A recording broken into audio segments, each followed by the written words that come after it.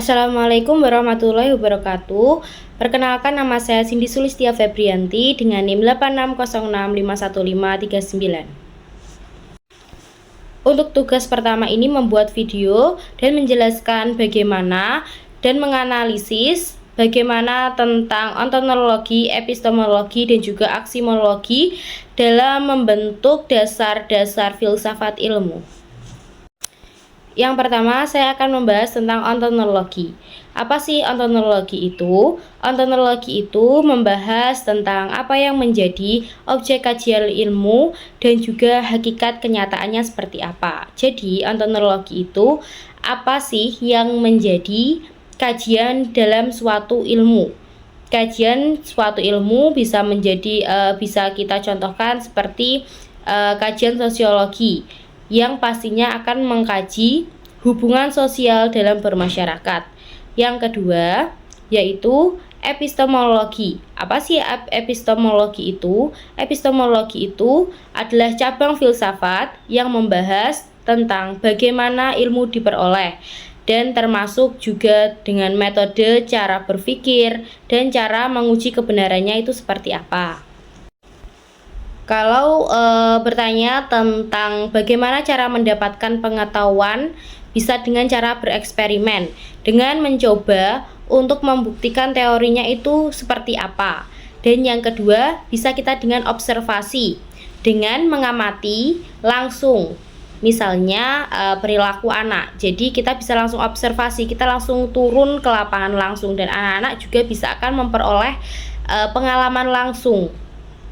Dan untuk yang ketiga, dengan mencari informasi dulu, mencari informasi bisa di buku, dan juga bisa di jurnal, ataupun bisa di internet. Apalagi sekarang teknologi itu sangat-sangat canggih ya. Jadi sekarang anak-anak SD itu, anak SD kelas 3, 4, 5, 6 itu sudah memegang HP. Jadi pasti mereka bisa mencari informasi di sebuah HP ataupun di internet atau yang lain-lain.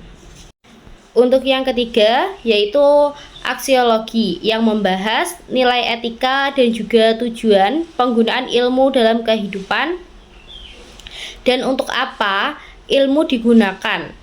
Contohnya seperti guru, apa sih nanti kegunaan ilmunya?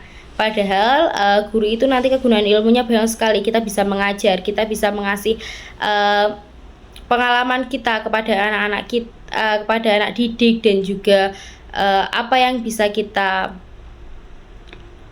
berikan semua. Dan juga kita bisa membantu anak didik, mana yang belum tahu kita menjadi tahu, mana yang udah tahu kita tambah menjadi lebih tahu.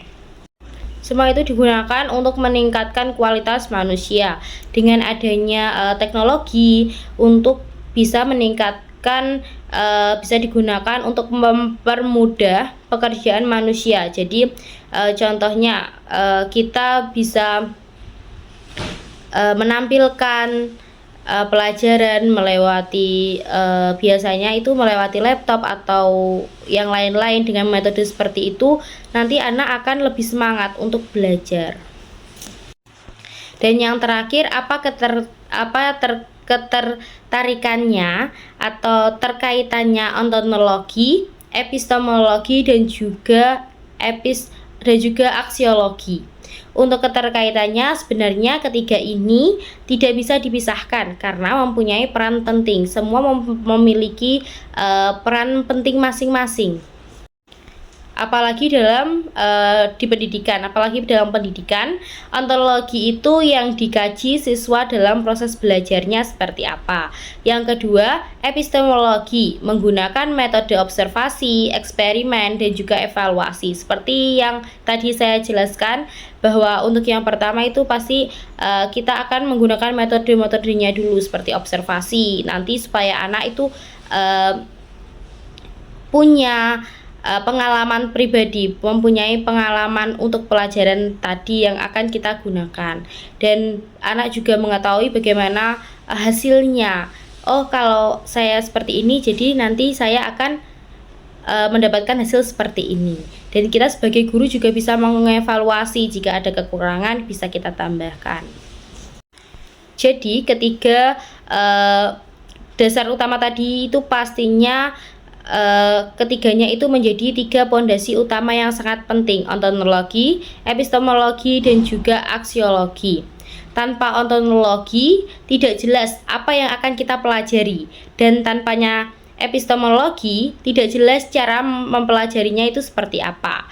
Dan untuk aksiologi tidak jelas manfaatnya nanti seperti apa. Manfaat pembelajarannya itu seperti apa kita tidak akan tahu jika tidak adanya aksiologi. Dan pastinya ketiga itu memiliki dasar utama, yaitu ontologi fokus pada objek yang akan kita kerjakan atau objek kajiannya. Sedangkan epistemologi fokus pada cara memperoleh ilmunya seperti apa. Dan untuk yang terakhir, aksiologi itu berfokus pada manfaat dan nilai ilmu. Sekian dari saya. Wassalamualaikum warahmatullahi wabarakatuh.